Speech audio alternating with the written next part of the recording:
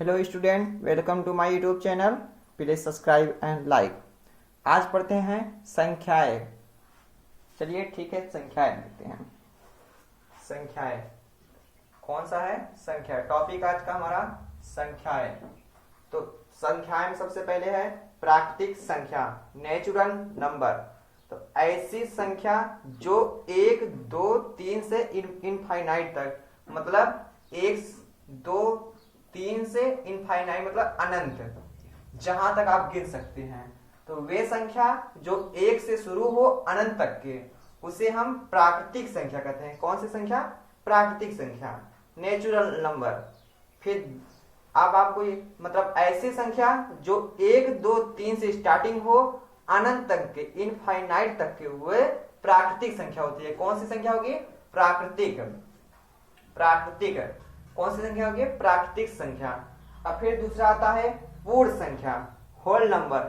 जो संख्या 0, 1, 2, 3 से शुरू हो इनफाइनाइट तक के, यही संख्या है, बस इसमें 0 ऐड कर दीजिए। इसमें 0 ऐड कर दीजिए। देखिए, प्राकृतिक संख्या में अगर हम 0 ऐड कर देते हैं तो हमें पूर्ण संख्या प्राप्त हो जाती है। तो यही प्राकृतिक संख्या में अगर 0 हम ऐड कर दें तो वो पूर्ण संख्या हो जाएगी। डिफिनेशन में क्या है? जो संख्या 0, 1, 2, 3 से शुरू हो इनफाइनाइट तक, मतलब 0, 1, 2, 3 से शुरू हो इनफाइनाइट। इनफाइनाइट मतलब अनंत, अनंत तक, जहां तक आप गिन सकते हैं, उसे पूर्ण संख्या कहते हैं। फिर तीसरा हमारा है सम संख्या। सम संख्या आप देखते हैं, सम संख्या क्या होता है?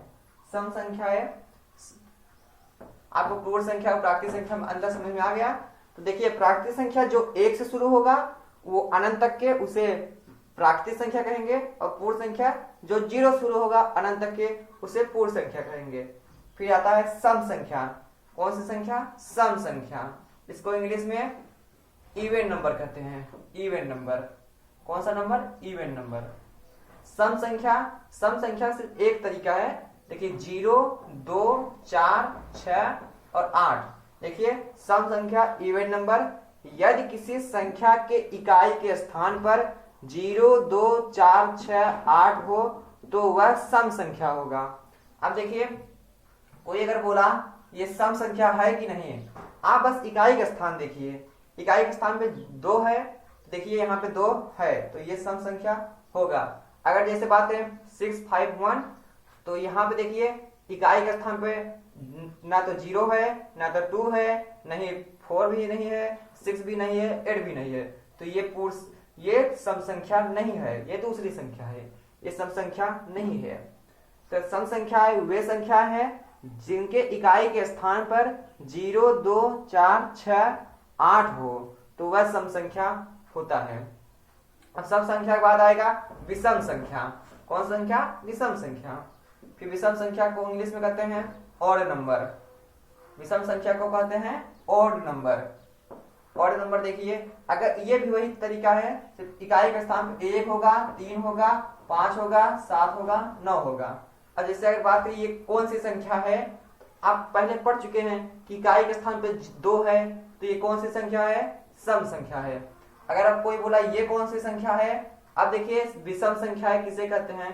तो विषम संख्या यदि इकाई के स्थान के पर 1, 3, 5, 7, 9 हो तो वह विषम संख्या है।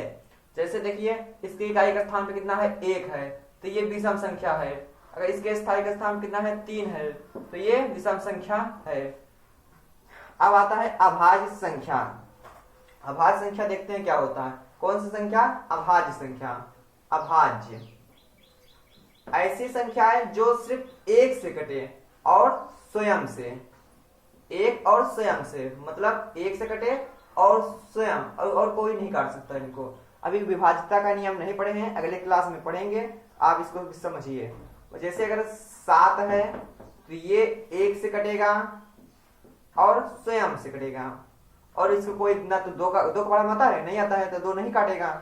और जैसे 5 तो ये 1 से कटेगा और स्वयं से कटेगा, स्वयं से, और कोई नहीं काट सकता। अब इसी संख्या में एक सह अभाज्य संख्या, इसको समझिए आप। सह अभाज्य संख्या, सह अभाज्य भाज्य संख्या मतलब अभाज्य संख्या तो समझ गए कि ऐसी संख्या जो स्वयं से और या एक से कटे और किसी से नहीं कटेगा तो उसे अभाज्य संख्या। अब इसी का सह अभाज्य संख्या, कौन सा? सह अभाज्य संख्या। सह अभाज्य संख्या क्या है? देखिए, सह अभाज्य संख्या वे संख्या है, मतलब वे दो संख्या होगी सहभाज्य संख्या में। कितनी संख्या होगी? दो संख्या है। उनका HCF मतलब महत्तम समाप्तवर्तक सिर्फ एक होगा। कितना होगा? एक होगा।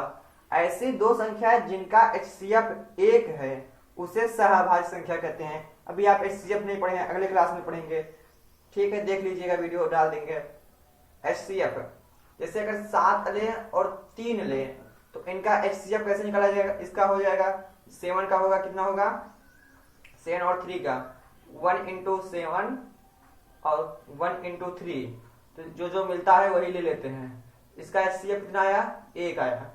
तो ऐसी दो संख्या है जिनका HCF एक हो उसे सहभाज्य संख्या कहते हैं। जैसे अगर आप 31 और 33 का लीजिए, इसका HCF कितना होगा?